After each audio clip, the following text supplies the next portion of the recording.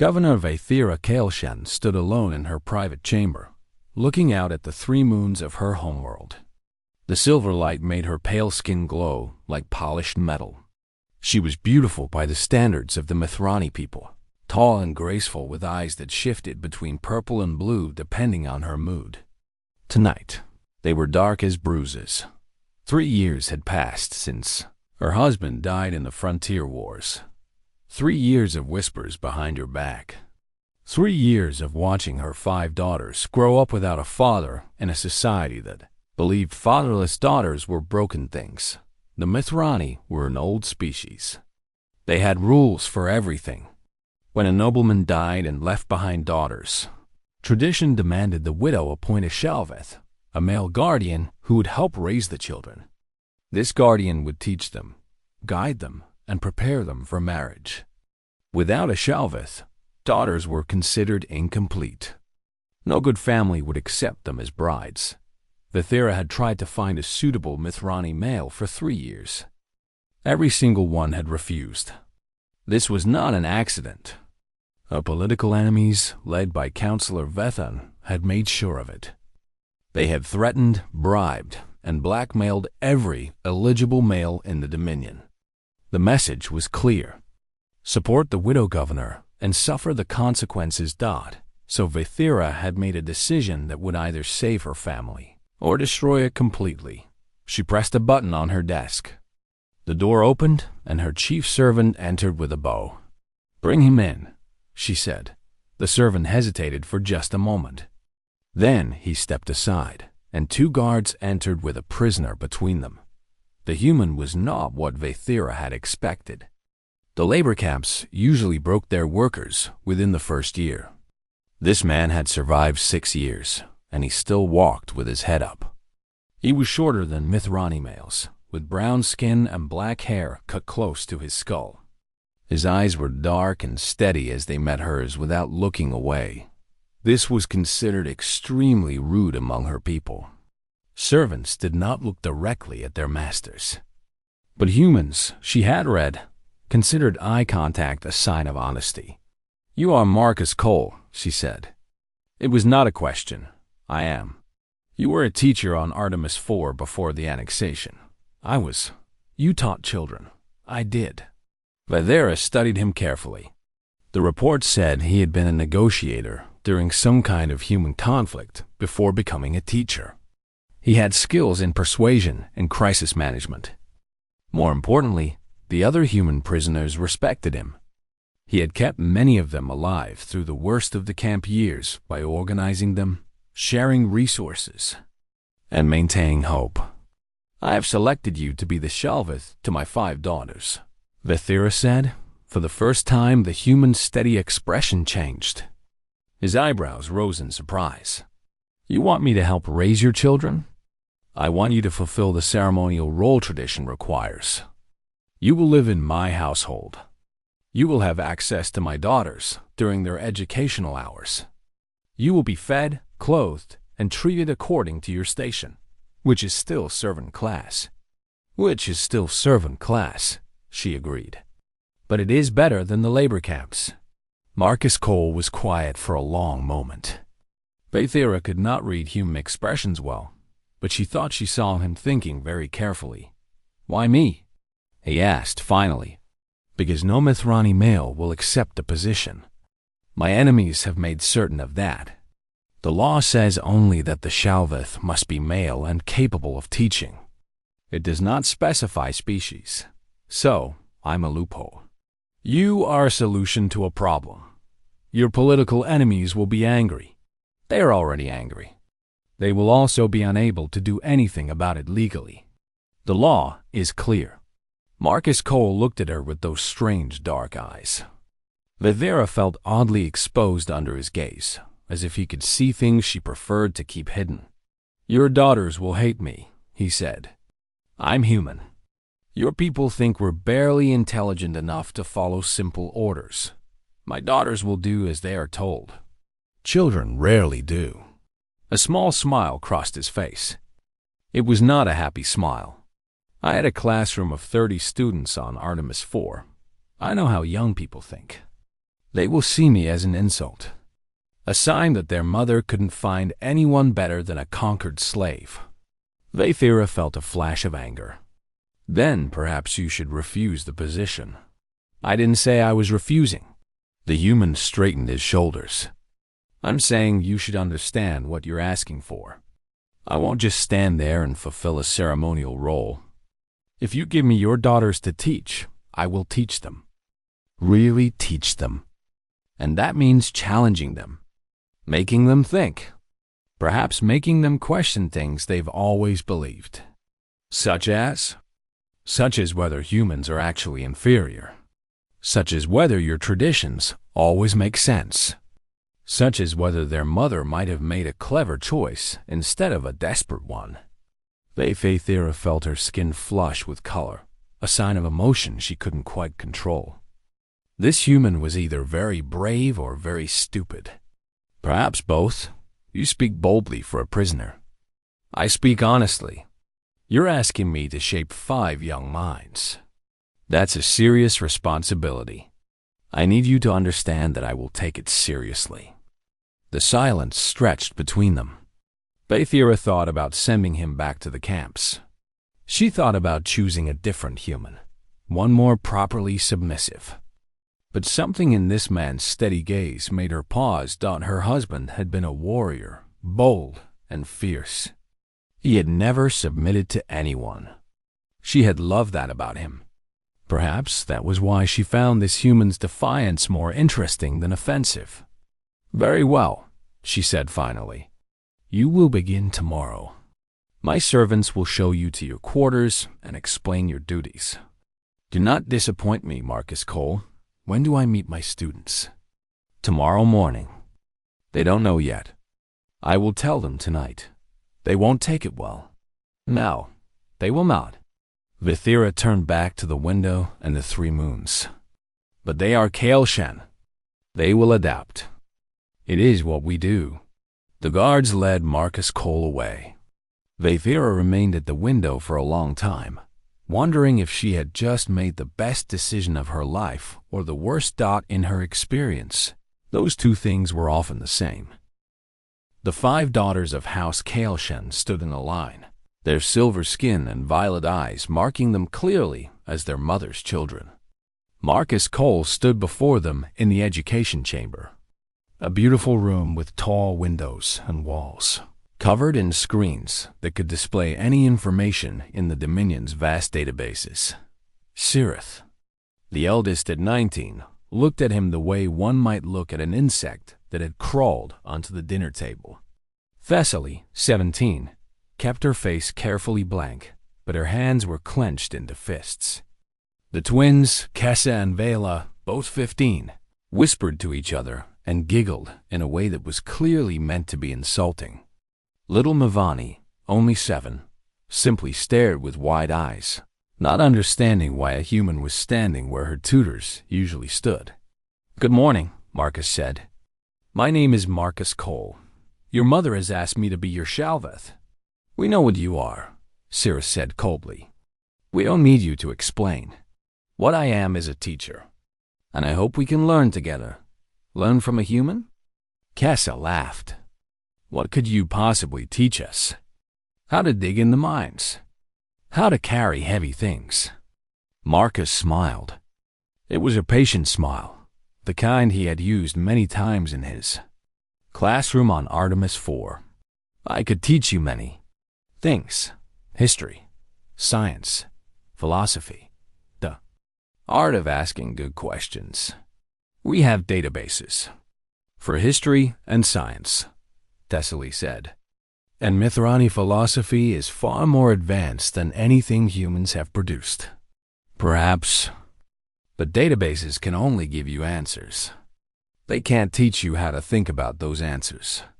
And as for philosophy, I found that every species believes their own thinking is the most advanced. It's a common blind spot. Cirith stepped forward. She was tall for her age, nearly as tall as Marcus himself. Her eyes had shifted to a darker purple, a sign of anger among the Mithrani. You dare to suggest that human thinking is equal to ours? I dare to suggest that all thinking has value. Even yours, despite your certainty that you already know everything worth knowing. The room went very quiet. No servant had ever spoken to the daughters of House Kaelshen this way. Sirith's face flushed with color. I could have you sent back to the camps for that. You could, Marcus agreed. But then you would never know if I was right. And I think, deep down, you're curious. Sirith opened her mouth to respond, but no words came out. Marcus had seen this reaction before. Young people who had never been challenged didn't know how to respond when someone finally pushed back. Here is my proposal, Marcus said, addressing all 5 of them. Give me 1 month, 30 days. If, at the end of that time, you have learned nothing of value from me, you can ask your mother to send me away.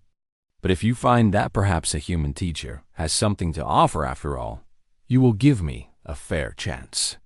And if we refuse, Vela asked, then I will stand here every day doing nothing, and you will be bored.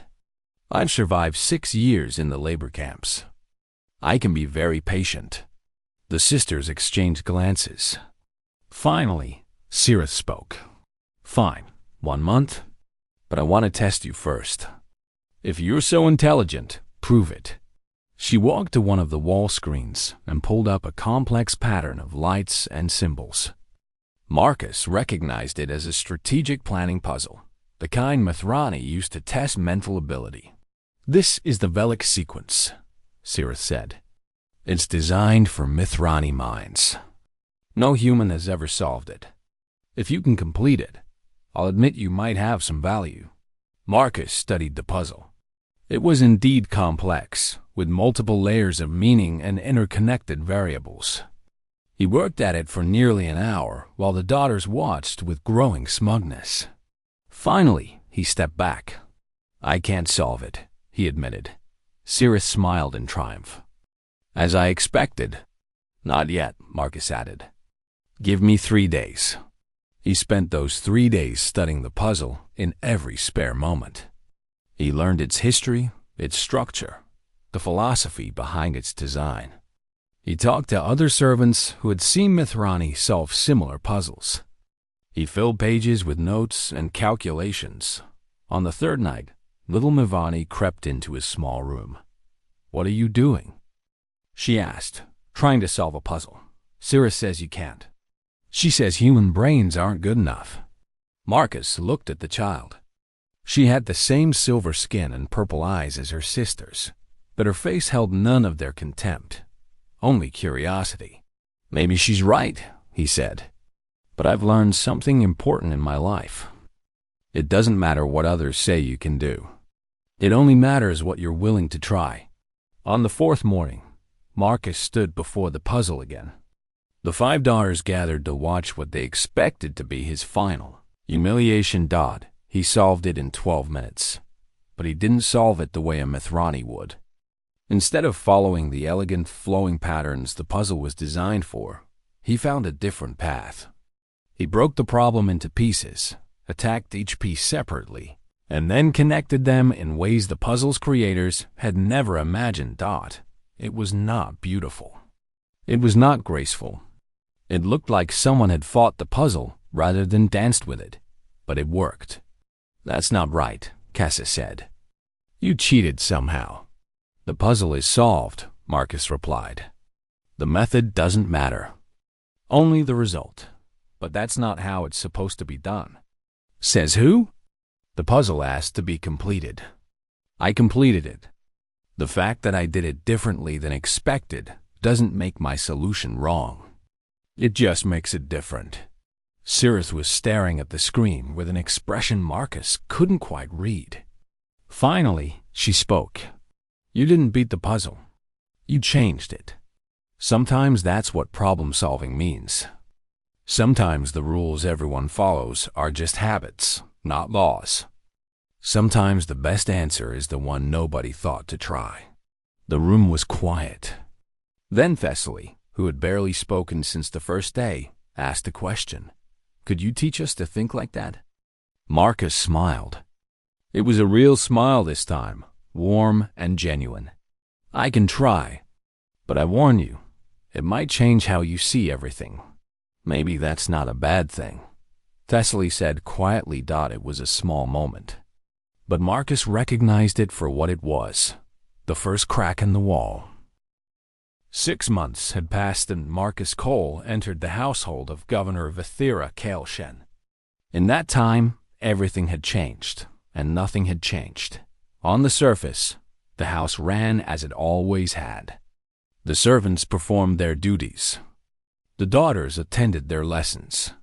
The governor managed her territory with the same cold efficiency that had made her one of the most powerful women in the Dominion. But beneath the surface, strange things were happening. Cirith, once silent and withdrawn, now argued with her tutors about military strategy.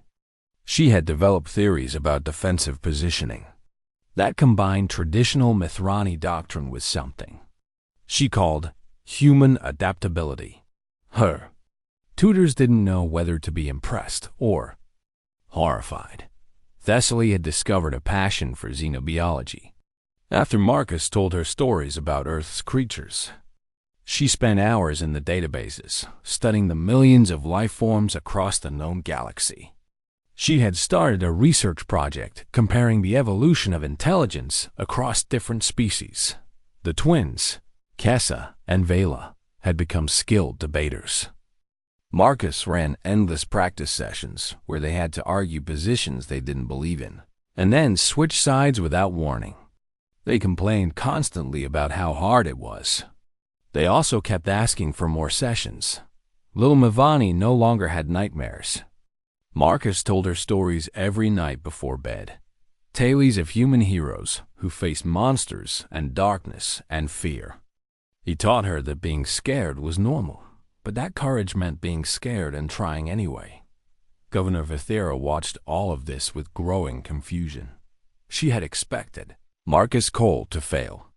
She had expected her daughters to ignore him, to treat him as the ceremonial placeholder he was meant to be. Instead, they sought him out. They asked his opinions. They brought him their problems before they brought them to her. This should have bothered her. Instead, she found herself curious. One evening, she called him to her private study. "Sit," she said, pointing to a chair across from her desk. Marcus sat. He had learned some Mithrani customs over the months, enough to know that this invitation was unusual. Servants did not sit in the presence of their masters. "My daughters are changing," Vithira said. "I want to understand why. They're learning to think for themselves. Mithrani children are taught to think. They're taught to think in certain ways, along certain paths. I'm teaching them to question those paths, to ask why the paths exist in the first place." Vithira studied him. In the soft light of her study, she looked less like a governor and more like a tired mother. Is this a human thing? This constant questioning? It's a survival thing. Humans have never been the strongest species, or the fastest, or the longest lived. We survived because we adapted. We questioned old ways and found new ones. Sometimes the new ways were worse, and we had to question again. It's messy and inefficient, but it works. The Mithrani have traditions that have worked for thousands of years. Traditions are valuable, but traditions that can't be questioned become chains. Your daughters are brilliant. They shouldn't be limited by rules that exist just because they've always existed. Vithira felt something strange in her chest. It took her a moment to recognize it as agreement.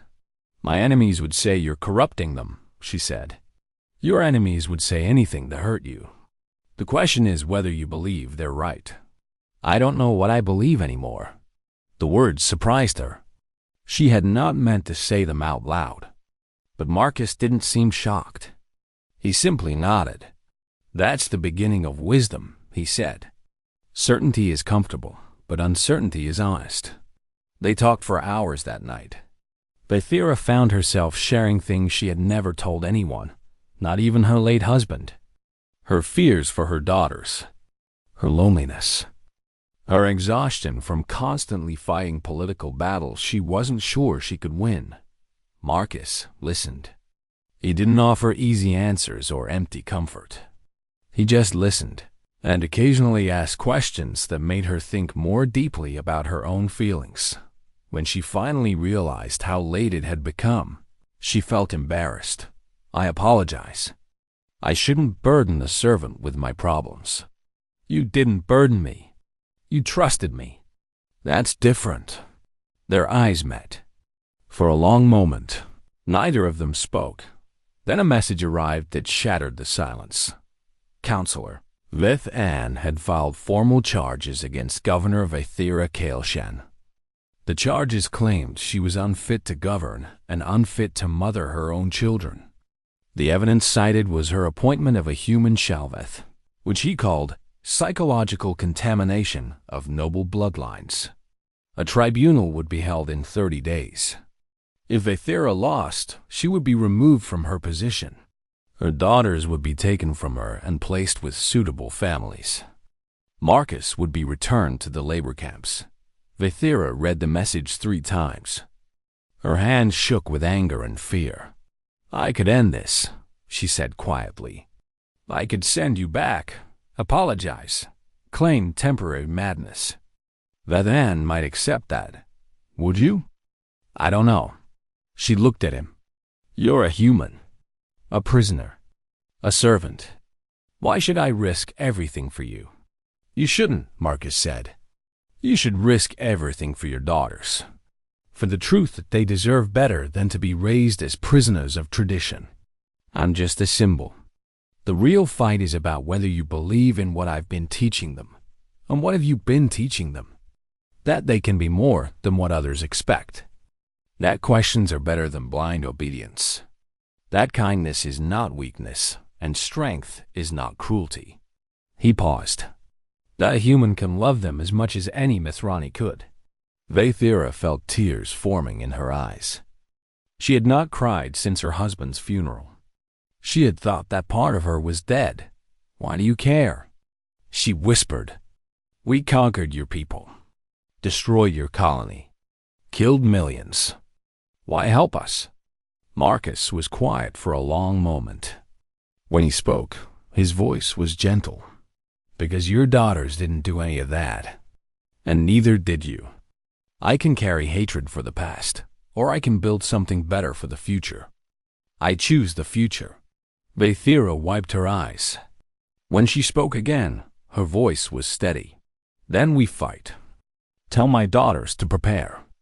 They will prove to the tribunal exactly what a human teacher can accomplish." Marcus smiled. "Yes, Governor." "Vathira," she said, "when we are alone, you may call me Vathira."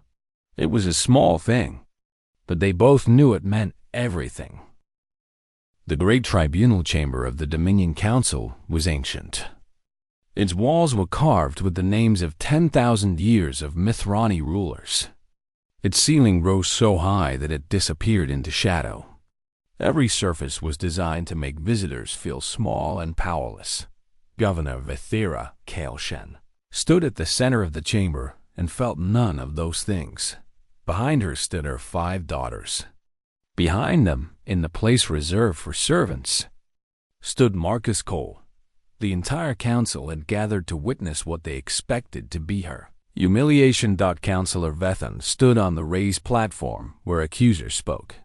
He was an old Mithrani, his silver skin darkened with age, his eyes hard with decades of political warfare. "We are here to address a matter of grave concern," he began. "Governor Kaelshan has violated the sacred traditions of our people. She has placed her noble daughters under the influence of a primitive species. She has allowed a human to shape their minds and corrupt their development. This cannot be permitted to continue." The council members murmured in agreement. Vathira saw satisfaction in Vethan's eyes. He believed he had already won. "The evidence speaks for itself," Vethan continued. "A human cannot possibly provide proper guidance to Mithrani children. Their species lacks the intelligence, the culture, the sophistication necessary for such a task. By her own admission, Governor Kailshen selected this human only because she could find no better alternative. This alone proves her unfitness as a mother. More murmurs. More nodding heads. Bethera stepped forward. "I request the right of demonstration," she said clearly. The chamber went silent. Vathane's eyes narrowed. "What did you say?" "The right of demonstration. An ancient custom, older than this chamber, older than the council itself.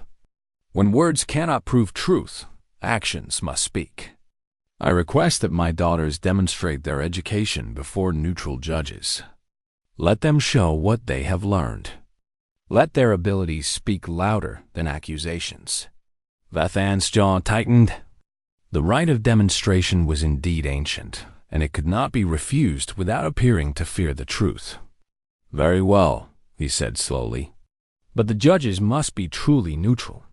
No Mithrani who might favor your house." "Agreed.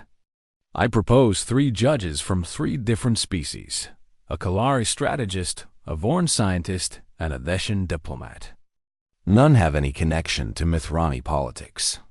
Vathan considered this. A smile crossed his face. He believed that even with neutral judges, Mithrani children taught by a human would fail. "Agreed," he said. The demonstration was scheduled for 3 days later. Those 3 days were the most intense of Marcus's life. He worked with each daughter individually, helping them prepare to showcase their strengths. He reminded them of everything they had learned, not just the facts and skills, but the way of thinking he had tried to teach them. "Don't try to be perfect, Mithrani," he told them. "Be the best versions of yourselves. Show them what you can do, not what they expect you to do." On the day of the demonstration, the chamber was even more crowded than before. Word had spread throughout the Dominion that something unusual was happening. Everyone wanted to witness it. Sirith went first. The Kalari strategist, a being who looked like a blue-skinned humanoid with 4 arms, presented her with a military scenario. It was a classic problem, a smaller force facing a larger enemy with superior resources. A traditional Mithrani response would have focused on honorable retreat and preservation of forces. Sirith did something different. She analyzed the enemy's supply lines. She identified weaknesses in their communication systems. She proposed a strategy that used speed and unpredictability instead of strength. She quoted human military history, citing examples of smaller forces defeating larger ones through creative tactics. The Kalari strategist was silent for a long moment. Then he spoke. "This approach is unconventional. It ignores several established principles of Mithrani warfare." He paused. "It is also brilliant. I would be honored to study it further." The chamber erupted in surprised whispers. Vathan's face darkened. Thessaly went next. The Vorn scientist, a creature of crystalline structures that communicated through light patterns, asked her to present original research. Thessaly had prepared something special. She had compared the evolution of intelligence across 12 different species, including humans. She showed how different environments produced different types of thinking, and how diversity of thought was actually valuable for solving complex problems. "No single species has all the answers," she concluded. "But together, sharing our different perspectives, we can solve problems none of us could solve alone." That is what I learned from my human teacher. The Vorn scientist's crystals flashed in rapid patterns.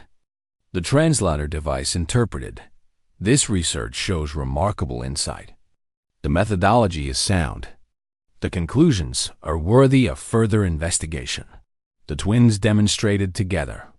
The Theshan diplomat, a tall being with pale skin and gentle eyes, posed them a complex political scenario involving 3 factions with competing interests. Kessa and Vela argued different positions, switching sides multiple times as the diplomat complicated the scenario. They found creative compromises. They identified shared interests that the factions themselves had not recognized. They demonstrated the art of negotiation as Marcus had taught them, not as a battle to be won, but as a puzzle to be solved together. "Impressive," the Veshan diplomat said. "These young ones understand something many adults never learn. That true diplomacy is not about defeating others, but about finding solutions that benefit everyone." Finally, little Mivani stepped forward. She was too young for formal challenges, but she had insisted on participating. She walked up to the three neutral judges and looked at each one carefully.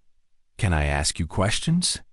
she said. The judges exchanged surprised glances. Then the Vishan diplomat smiled. "Of course, child." Mivani asked each judge about their homeworld. She asked about their families. She asked what they were proud of and what they hoped for. Her questions were simple, but they were genuine. She listened to each answer with complete attention. When she was done, she turned to the council.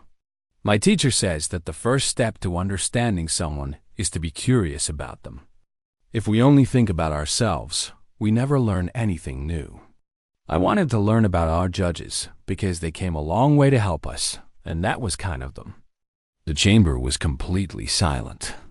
No one had expected this. A 7-year-old child had just demonstrated more basic wisdom than most adult politicians ever managed. Counselor Vetham looked like he had swallowed something bitter. He tried to speak, but the Veshan diplomat raised a hand. "We have seen enough. The daughters of House Kaelshan have demonstrated intelligence, creativity, diplomatic skill, and wisdom beyond their years. Whatever education they have received, it has served them exceptionally well. We see no evidence of corruption or damage. We see only excellence."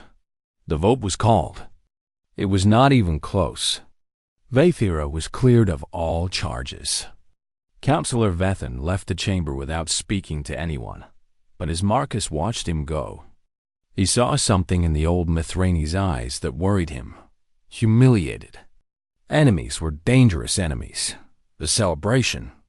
That night was the happiest Marcus had felt since Earth, but somewhere in the back of his mind, he couldn't shake the feeling that the real battle was still coming. 3 weeks after the tribunal, the Festival of Silver Moons arrived. It was the most sacred celebration in Mithrani culture, a time when families gathered to honor their ancestors and celebrate their bonds. By ancient tradition, security during the festival was minimal. It was considered deeply shameful to bring violence to such an occasion. Council of Vethan was counting on that. The festival was held in the Garden of Ancestors, a vast park filled with monuments to the great Mithrani of the past. Governor Vaithira attended with her 5 daughters, as tradition required. Marcus walked behind them, dressed in the simple clothes of a servant. Watching the crowds with eyes that had learned to spot danger in the labor camps, he saw the assassin before anyone else did. The Mithrani male was young, wearing the colors of a minor house that had recently suffered financial ruin. His movements were too purposeful, too direct. He was pushing through the crowd toward the Kaelshan family with something hidden under his festival robes. Marcus recognized the shape. It was a neural disruptor, a weapon that released a pulse of energy fatal to every nervous system within 10 meters. It could not be blocked or deflected. Once activated, everyone nearby would die. There was no time to call for guards. No time to warn anyone. No time to do anything except act. Marcus moved. Later, witnesses would argue about what they saw. Some said the human moved faster than should have been possible, crossing 20 meters of crowded space in the time it took to draw breath. Others said he simply chose the perfect path, weaving through gaps in the crowd that shouldn't have existed. The assassin saw him coming. Their eyes met for a single moment. Marcus smiled. It was not a smile of anger or fear. It was something else entirely. The assassin, in his confession before his execution, would struggle to describe it. The closest he could come was acceptance. The human had looked at death and simply accepted it. not with despair, but with peace. Marcus hit the assassin just as the weapon activated. The neural pulse was designed to kill everything within 10 meters. Marcus's body absorbed the direct blast. The energy that might have spread outward was caught, channeled, contained by the strange physics of having a living body directly against the weapon's output. 5 silver-skinned girls, who had been standing exactly where the assassin was pointing, felt nothing but a slight tingling in their skin. Marcus Cole collapsed. The screaming started immediately. Guards rushed forward. The assassin was seized. Governor Vithira dropped to her knees beside the fallen human. Her careful political mask shattered completely. "Get a physician," she screamed. "Someone help him." The physicians came. They scanned Marcus with instruments designed for Methrani biology, then adjusted them frantically for human readings. What they found made no sense. "He should be dead," the lead physician said. "The neural damage is catastrophic. No human nervous system should be able to survive this level of trauma." "But he's breathing," Sirith said. She had pushed through the guards to reach them, her sisters close behind. "He's still alive." "Barely. I don't understand it. It's as if his body simply refuses to die." 6 days passed. Marcus remained unconscious in the medical ward of House Kaelshen. The best physicians in the Dominion came to examine him. None could explain his survival. None could predict if he would ever wake. Vithira did not leave his side. She slept in a chair next to his bed. She held his hand and talked to him for hours, telling him about her day, about her daughters, about anything she could think of. Her daughters took turns sitting with her. They brought food she barely touched. They tried to convince her to rest. She refused. On the 7th day, Marcus opened his eyes. The first thing he saw was Vithira's face. Exhausted and tear-stained and more beautiful than anything he had ever seen. "You're awake," she whispered. "You look terrible," he said. His voice was rough and weak. She laughed. It was a broken sound, half sob and half relief. "You almost died. You should have died. The physicians say it's impossible that you didn't." "Humans are stubborn." He tried to smile. It hurt. Also, I wasn't finished teaching. The door burst open and 5 silver-skinned young women rushed in. They surrounded his bed, talking over each other, crying, laughing. Little Mavani climbed onto the bed and hugged him so tightly he couldn't breathe. "You saved us," Sirith said. Her voice cracked. "You stupid, brave, wonderful human. You almost died for us." "I would do it again," Marcus said simply. Thessaly wiped her eyes. "The council has offered you citizenship, freedom, a position of honor. You could leave. You could have wealth and status and never have to serve anyone again." Marcus looked at Vithira. She was trying very hard to keep her expression neutral, but he could see the fear in her eyes. The fear that he would go. "No," he said. "No, I'm not finished. I have 5 students who still have much to learn. And I have—" He hesitated. "I have a reason to stay." Vithira's careful mask broke completely. She took his hand and raised it to her lips. "Then stay," she said. "Stay as long as you want. Stay forever." Among the Mithrani, there were no patterns for a bonding ceremony between their species and a human. No traditions. No rituals. So they created new ones. 20 years later, Ambassador Sirith Kaelshen stood before the United Species Assembly. She was arguing for human elevation to full membership in the Galactic Dominion. Her speech was emotional and powerful and completely improper by traditional Mithrani standards. It was also successful. In the gallery, an aging human with gray hair and gentle eyes watched with pride. Beside him sat the woman he had loved for 2 decades. Her silver skin marked with bonding patterns that had never existed before him. "You know," Marcus said quietly, "when you pulled me out of that camp, I thought you were making a mistake. I was making a calculation, Vithira replied. I didn't know it'd be the best decision of my life.